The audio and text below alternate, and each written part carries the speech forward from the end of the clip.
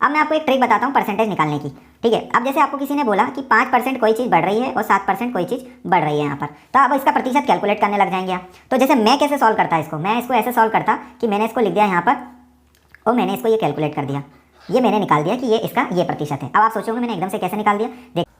जय माता दी दोस्तों, आप लोग यहाँ पर नई क्लास में आ गए हैं परसेंटेज की, जो कि हमारी 8वीं क्लास है दोस्तों।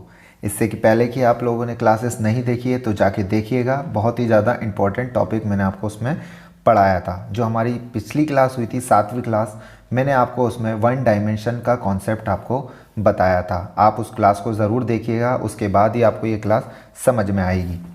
ठीक है, तो 1D में मैंने आपको क्या बताया था? मैंने आपको 1D में ये बताया था कि जो भी अगर हमारा वन डायमेंशन में होगा यहाँ पर, तो जितने परसेंट से वो बढ़ेगा, यानी कि अगर 10% से कोई चीज़ इंक्रीज़ हो रही है तो उसकी 10% से दूसरी भुजा भी, साइड भी 10% से इंक्रीज़ होगी। जैसे कि आपकी लेंथ हो गया, आपका ब्रेथ हो गई, आपकी हाइट हो गई, आपकी रेडियस हो गई, ठीक है, आपका डायगोनल हो गया, आपका पेरीमीटर हो गया। जिसकी भी पावर यानी सेंटीमीटर, मीटर, जिनकी भी पावर 1 रहती है, वो अगर एक 10% से बढ़ रहा है, उसकी भुजा एक 10% से बढ़ रही है, तो डायगोनल भी उसका 10% से ही बढ़ेगा, ध्यान रखिएगा। और उसका यहाँ पर क्या कहते हैं, अपना पेरीमीटर भी 10% से ही बढ़ेगा। ये मैंने आपको पिछली क्लासेस में बता दिया था, आप लोग जाके वीडियो देख सकते हैं। आज हम लोग यहाँ पर देखने वाले हैं 2D कॉन्सेप्ट के ऊपर। यहाँ पर 2D मैंने आपको बताने वाला हूँ, 2 डायमेंशन के ऊपर मैं आपको बताने वाला हूँ। उससे पहले मैंने आप लोगों को टाइप ऑफ परसेंटेज बताए थे। मैंने 2 टाइप के आपको परसेंटेज बताए थे, ठीक है। एक मैंने आपको बताया था कि जो इंटीजर फॉर्मेट में होते हैं, और एक मैंने आपको बताया था जो फ्रिक्शन फॉर्मेट में होते हैं आपके, ठीक है। इसको आपको सक्सेसिव से सॉल्व करना है। आज हम लोग सक्सेसिव मेथड देखने वाले हैं, और एक दो जो फ्रिक्शन में रहती है, इसको आपको रेशियो मेथड से सॉल्व करना है यहाँ पर, ठीक है, ध्यान रखिएगा, रेशियो मेथड से सॉल्व करना है। ये 2 पोर्शन मैंने आपको समझाए थे। तो आज हम लोग देखने वाले हैं सक्सेसिव को यहाँ पर, कि सक्सेसिव कैसे सॉल्व किया जाता है, कहाँ पे सक्सेसिव लगता है यहाँ पर, ठीक है। देखिए, हम लोग देखते हैं यहाँ पे सक्सेसिव कॉन्सेप्ट को, यहाँ पे कि सक्सेसिव कॉन्सेप्ट क्या होता है यहाँ पर। देखिए, सक्सेसिव जो मेथड होता है, मैं आपको एक फॉर्मूला बताता हूँ यहाँ पर। ए यहाँ पर कोई दिया हुआ AB, ठीक है, प्लस AB अपॉन 100, ये आपको याद करना होगा, ठीक है, सक्सेसिव मेथड में। अब सक्सेसिव मेथड में क्या होता है आप वो समझिए। मैंने रेक्टेंगल आपके सामने बनाया है, अगर इसकी भुजा ये वाली 10% से बढ़ रही है, ठीक है, ध्यान रखिएगा, और इसकी लेंथ अगर इसकी 10% से बढ़ रही है और ब्रेथ इसकी 10% से बढ़ रही है, ठीक है, तो ध्यान दीजिएगा आप। तो इसमें क्या होता है कि अगर इसका 10% से इसकी ये भुजा बढ़ेगी, 10% से अगर इसकी ये भुजा बढ़ेगी, ठीक है, तो यहाँ पर इसका जो चेंजेस आएगा इसके प्रतिशत में, वो अलग आएगा ना। इसी वजह से हमें यहाँ पर सक्सेसिव लगता है, क्योंकि हमारा आप देखिए, क्योंकि इसमें एरिया निकलेगा, लेंथ इंटू ब्रेथ हमारा क्या होता है, एरिया होता है यहाँ पर, ठीक है। एरिया मैंने आपको पिछली क्लासेस में बताया था कि 2D का जो कॉन्सेप्ट होता है हमारा, वो एरिया के अंदर आता है यहाँ पर, ठीक है, एरिया के अंदर आता है।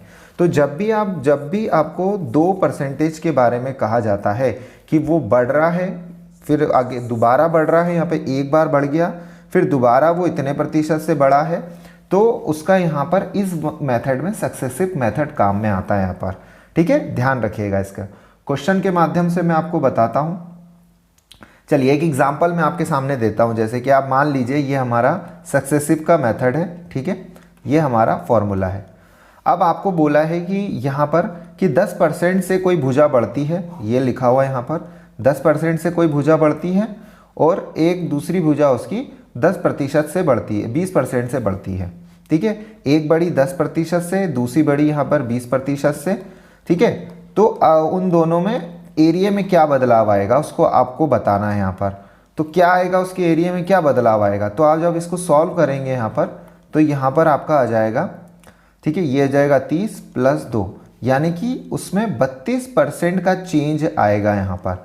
कितने प्रतिशत का चेंज आएगा उसमें, उसके एरिया में कितने प्रतिशत का चेंज आएगा, 32% का चेंजेस आएंगे यहाँ पर। तो ऐसे ही तरीके से आपको क्वेश्चन करना है। ये फॉर्मूलेट आपको याद रखना है कि जब भी आपको एक बढ़ाने को बोल रहा है या फिर घटाने को बोल रहा है या फिर बढ़ाने को बोल रहा है, जो कुछ भी आपको करने को बोल रहा है, आपको सक्सेसिव कॉन्सेप्ट लगाना है, तब उसमें कितने % का बढ़ोतरी या घट वो हुई है, तब वो आपको ये निकल कर आ जाता है। ठीक है, जैसे आपने कई बार सुना होगा यहाँ पर कि आपको एक मोबाइल फ़ोन ख़रीदना है, आज उसकी कीमत अगर 10% बढ़ी है, ठीक है, कंपनी ने उसको अगले दिन क्या करा, 20% उसकी कीमत बढ़ा दी है। और तो यहाँ पर पहले आपने 100 का ख़रीदा होगा तो 110 का हो गया, अब उसने 110 पे भी 20% और बढ़ा दिया है। ठीक है, ऐसे तरीके के कॉन्सेप्ट पे सक्सेसिव मेथड लगता है हमारा। ये क्वेश्चन देखिए यहाँ पर, आपको यहाँ पर इस क्वेश्चन के माध्यम से समझ में आएगा। हम लोग इंक्रीजिंग डिक्रीजिंग इन एरिया में देखने वाले हैं यहाँ पर। ठीक है, तो आपको यहाँ पर कह रहा है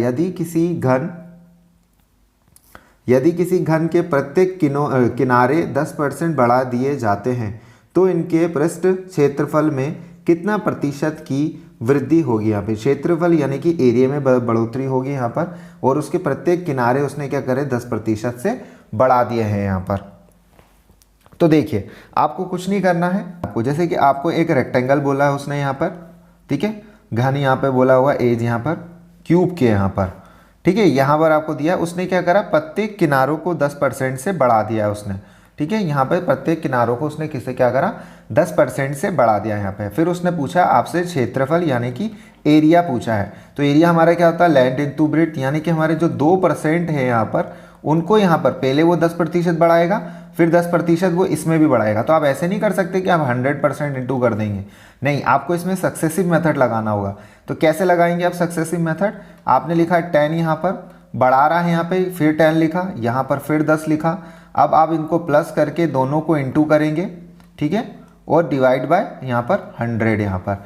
तो ये 10 और 10 कितना हो जाएगा, 20, प्लस इसको सॉल्व करेंगे। अब ये 100 से 100 गया तो ये 1 बचेगा, यानी 1, यानी कि ये कितने प्रतिशत से बढ़ेगा, 21% से बढ़ेगा। ये मैंने क्या किया है यहाँ पर, ये मैंने a + b + AB/100, ये सक्सेसिव मेथड मैंने यहाँ पर यूज़ किया है यहाँ पर, कि उसने 10% से इसको बढ़ाया, 10% से इसको बढ़ाया, तो यहाँ पर हमारा 21% की बढ़ोतरी हुई है।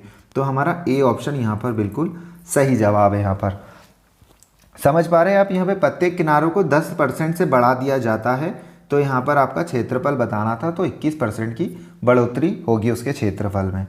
चलिए दूसरा प्रश्न से मैं आपको एक और बार समझाता हूँ। यहाँ पर ये देखिए क्वेश्चन आपके सामने आ गया है। यहाँ पर आपसे क्या बोल रहा है कि एक आयत यहाँ पर दिया है, यहाँ पर रेक्टेंगल दिया गया है कि लंबाई और चौड़ाई क्रमशः 8% और 10% बढ़ाना और घटाने के लिए बनाया गया है। इसके क्षेत्रफल में कमी का प्रतिशत आपको बताना है यहाँ पर। ठीक है, तो इसने यहाँ पर क्या करा कि पहले 8% बढ़ा दिया और फिर यहाँ पर उसने क्या किया, क्रमशः यहाँ पर 8% बढ़ाया और घटाया। यहाँ पहले 8% को उसने बढ़ाया है यहाँ पर, ठीक है, फिर यहाँ पर 10% को क्या कर दिया, उसने घटा दिया यहाँ पर। तो आपको कुछ नहीं करना, ये देखिए अब बढ़ाया है तो यहाँ पर प्लस मान लीजिए, ठीक है, फिर उसने यहाँ पर इसको घटाया है यानी कि माइनस, यानी कि बी।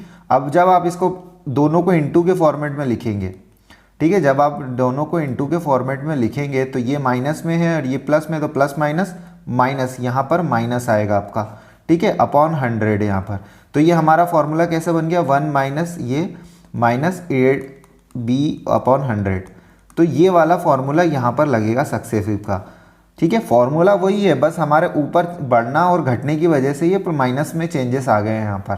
तो अब यहाँ पर आप क्या करेंगे, ए हमारा क्या कह रहा था, ये ए था, ये बी था, तो उसने 8% बढ़ाया तो 8 लिख दिया, फिर उसने 10% घटाया तो 10 लिख दिया, फिर यहाँ पर ए बी की वैल्यू लिख दी, 8 लिखा और ये 10 लिखा अपॉन 100।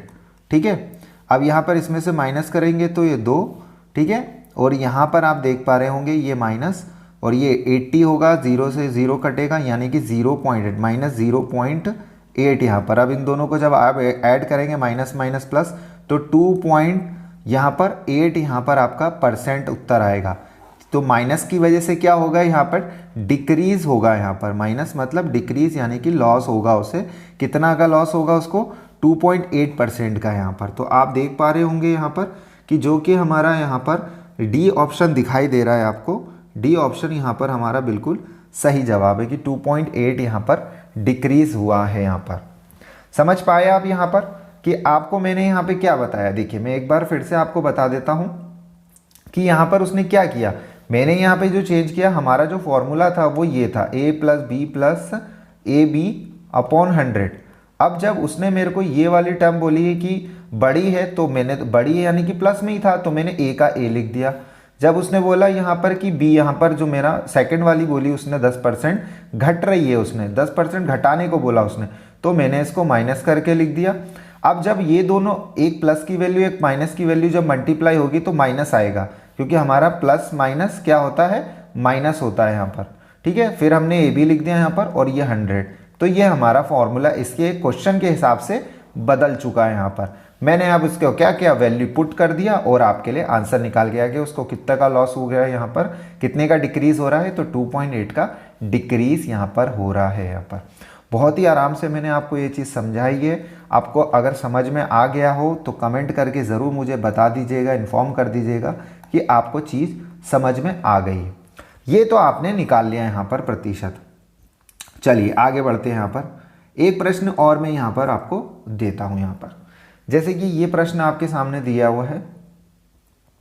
अब आपसे पूछा गया यहाँ पर, यदि आयत यहाँ पे रेक्टेंगल की लंबाई 12% बढ़ जाती है और चौड़ाई 8% डिक्रीज यानी कि घट जाती है, तो क्षेत्रफल की शुद्ध प्रभाव इस प्रकार है। यहाँ पर अब देखिए फिर से उसने क्या बोला है यहाँ पर कि 8, यहाँ पर हमारा क्या हुआ, 12% बढ़ गई है। पहले तो 12% हमारी क्या हुई, बढ़ी है, और फिर हमारी 8% क्या हो गई है, डिक्रीज हो गई है। तो हमारा फॉर्मूला भी इसी हिसाब से बदल जाएगा। हमारा फॉर्मूला क्या है वैसे, ये हमने लिखा, ठीक है, ये हमारा फॉर्मूला है, ये हमारा फॉर्मूला है। अब यहाँ पर ये कह रहा है 12% बढ़ा, तो हम 12 तो ए का ही रहेगा यहाँ पर, ठीक है, क्योंकि बड़ा है यहाँ पर तो कोई नहीं है। ये घटने की बात कर रहे हैं यानी कि माइनस, ठीक है, दोनों प्लस माइनस माइनस, तो यहाँ पर माइनस हो गया। और ये a into B upon 100 formula हमारा ये अब इस पे लागू होगा, ये वाला, क्योंकि हमने इसके बढ़ने घटने की वजह से चेंज कर दिया। तो हमारा 12 माइनस 8 माइनस ये हमारा यहाँ पे 12 इंटू 8, ठीक है, अपॉन 100। अब आप जब इसको सॉल्व करेंगे तो आपका ये उत्तर यहाँ पर दे देगा आपको। जब आप इसको सॉल्व करेंगे, अब ये 12 में से 8 गया तो क्या होगा, आपका 4 आएगा यहाँ पर। और 12 अट्ठे सॉल्व करेंगे आप यहाँ पर, तो आप 8 16 181 और ये 96, ठीक है, ये 96 बाय 100 आएगा नीचे, तो 2 0 यहाँ पर, ठीक है। तो आपको यहाँ पर क्या होगा, 4 माइनस 0.96 यहाँ पर। जब आप इसको कैलकुलेट करेंगे, जब आप इसको सॉल्व करेंगे, तो आपका आंसर निकल कर जाएगा 3.04 आपका निकल कर आ जाएगा, जो कि आपका क्या हो रहा है, इंक्रीज हो रहा है यहाँ पर। ये आपका ए ऑप्शन यहाँ पर बिल्कुल करेक्ट जवाब है। यहाँ पर बस आपको कुछ नहीं करना है, फॉर्मूले में पुट करना है, इंक्रीज और डिक्रीज का ध्यान रखना है। दोनों इंक्रीज हो रहा है तो इंक्रीज पे आपको ध्यान रखना है। चलिए अब मैं आपको एक चीज़ और बताता हूँ, एक मैं आपको अपनी तरफ से एक ट्रिक समझाता हूँ, ठीक है। यहाँ पर देखिए मैं आपको एक कॉन्सेप्ट बताता हूँ, बहुत ही प्यारा सा है। अगर आपको ये कॉन्सेप्ट अच्छा लगे तो मुझे बताइएगा। अब आप कब तक ये सारी चीज़ें कैलकुलेट करेंगे कि ये ए बी लगाते रहेंगे यहाँ पर ऐसे करके।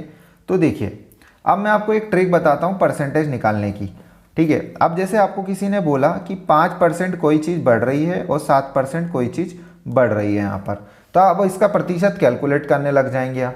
तो जैसे मैं कैसे सॉल्व करता इसको, मैं इसको ऐसे सॉल्व करता कि मैंने इसको लिख दिया यहाँ पर और मैंने इसको ये कैलकुलेट कर दिया, ये मैंने निकाल दिया कि ये इसका ये प्रतिशत है। अब आप सोचोगे मैंने एकदम से कैसे निकाल दिया।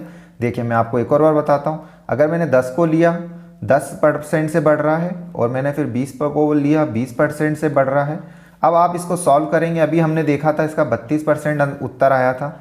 अब देखिए मैं कैसे निकालूंगा इसको, यहाँ पर ये मैंने लिखा 30, ठीक है, और यहाँ पर लिखा और ये 2, ये मैंने लिख दिया इसका 32%। अब मैंने कोई ए बी वगैरह कुछ नहीं लगाया, मैंने डायरेक्ट इसको सॉल्व कर दिया। अगर मैं लिखता 10% से बढ़ाया, अगर 10% से बढ़ाया, अब मैं इसको सॉल्व करता यहाँ पर, तो मैं इसको कैसे सॉल्व करता, मैं 21 यहाँ पर प्रतिशत लगा देता यहाँ पर। आप कोई भी 2 नंबर की संख्या मुझे देते, मैं आपको दोनों का निकाल के बता देता। अगर आपको ये ट्रिक सीखनी है तो आप यहाँ पर कमेंट करेंगे, ठीक है, तो मैं आपके लिए इसके ऊपर वीडियो बना दूंगा। ठीक है दोस्तों, तो वीडियो को लाइक ज़रूर करिएगा और कमेंट करके मेरे को ज़रूर बताइएगा आपको ये ट्रिक चाहिए तो। Thank you.